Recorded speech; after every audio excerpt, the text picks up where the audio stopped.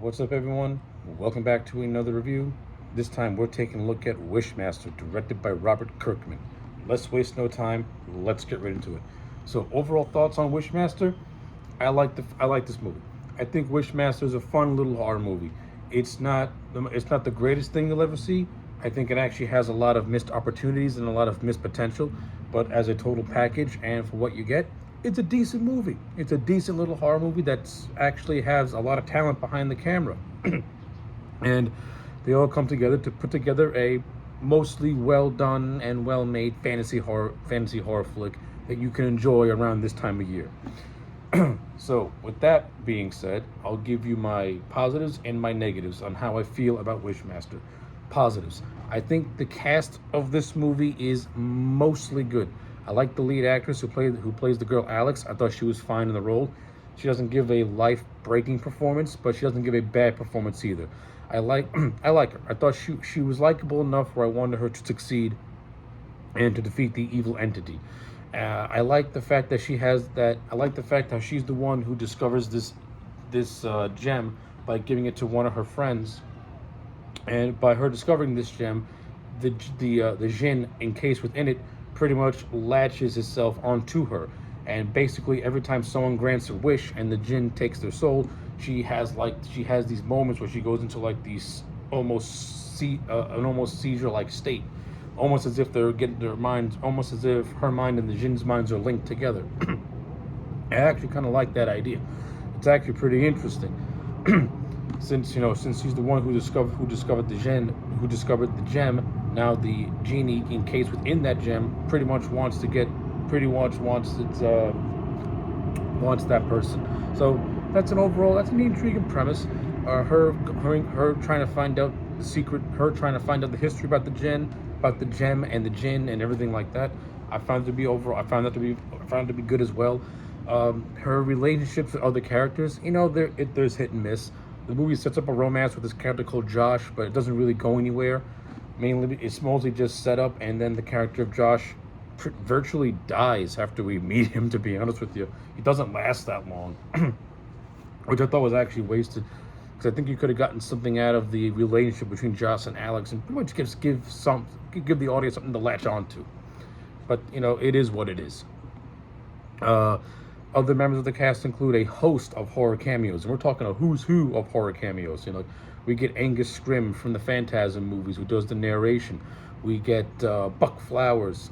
If for those of you who are not familiar with Buck Flowers, he played the homeless man Red in Back to the Future. He was also in Children of the Corn and a host of other movies. He plays a homeless man who encounters the Jinn, and with probably one of the funniest scenes in the whole movie, where he pretty much tells the Jinn that I want that pharmacist to die of cancer, a piece of shit. I mean, I thought Buck Flowers was funny, and Andrew Divoff, the man who plays the Jinn, acted off really well in the scene with Buck Flowers. I loved it a lot. Now I'm gonna get to Andrew Divoff momentarily. I want to get through everything else first. You also have appearances from from the icons. You have Robert Englund, who has a role of Beaumont, who was who was more or less a treasure collector. No, it's actually him wanting to get this specific statue that has the stone within it that sets off the chain of events of this movie, because during the opening sequence, when the construction workers are trying to give Beaumont the stone, one of them is drunk. He accidentally screws something up and kills Beaumont's assistant by accident. This causes one of the other workers to steal the stone, basically. So yeah, when you look at it, the character of Beaumont, played by Robert Englund, is the unofficial catalyst of what gets these chain of events going. But just as an overall performance, I thought Robert Englund was great in this movie. He does a good job of playing like this very, sleazy guy who was in it for himself and not for anyone else. And Robert Englund just does a good job at portraying that.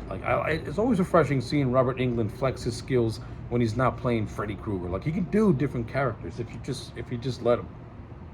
And in this, even though it was a brief little cameo role, it's a memorable cameo role, which is what I like about it. We also get an appearance by Kane Hodder, Jason, the Goat, who plays a security guard who gets killed by the Genie. And we also get a scene with Tony Todd, the Candyman himself.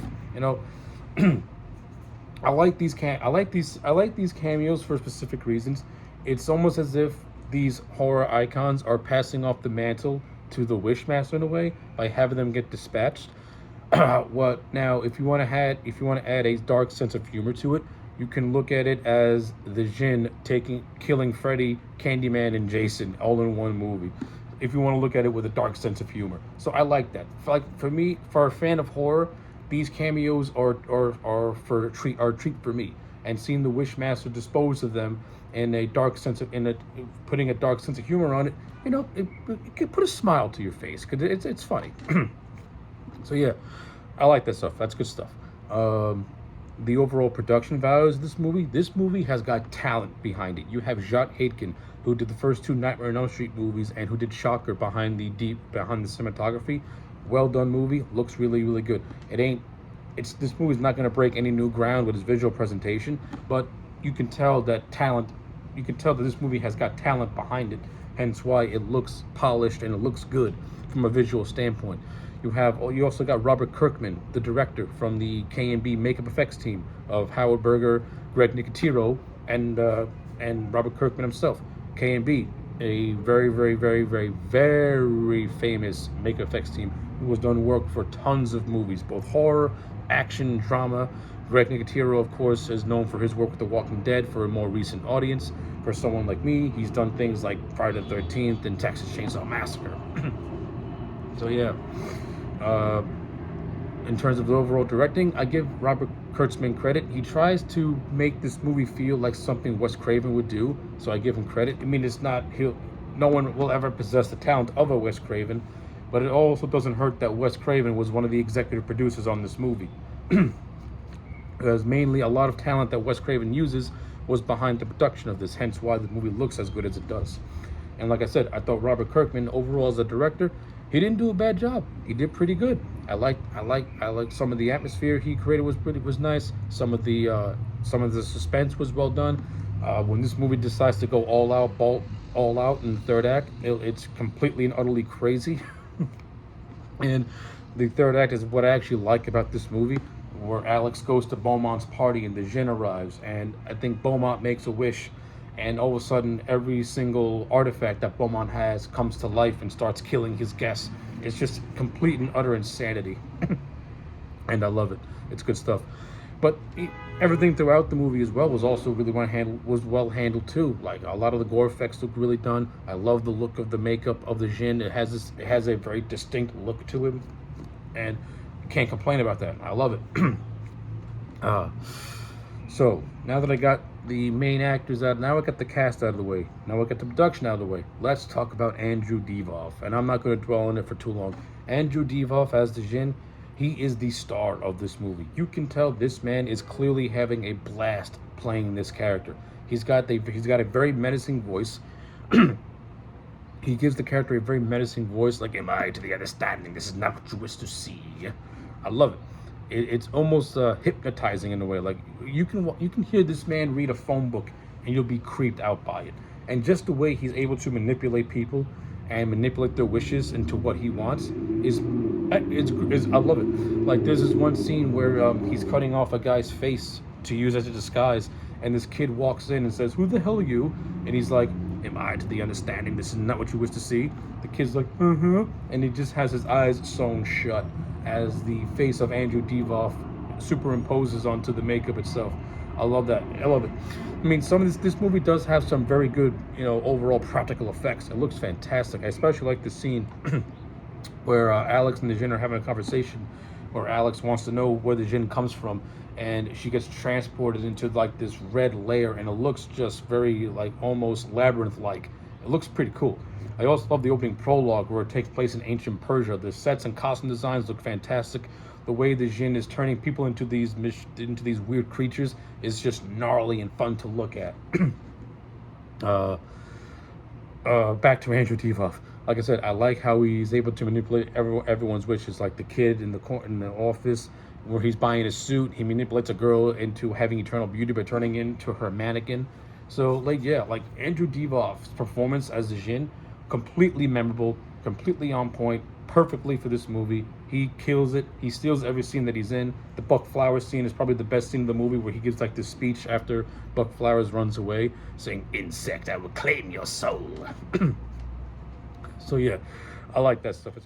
Yeah, like if I were to give it like any negative, even though I do like the whole third act, it does kind of turn into a slasher movie, and it kind of takes away the whole fantasy element away from it all. I mean, the gore is great, and the way the Wishmaster and the way the Djinn just takes your wish and turns it all against you.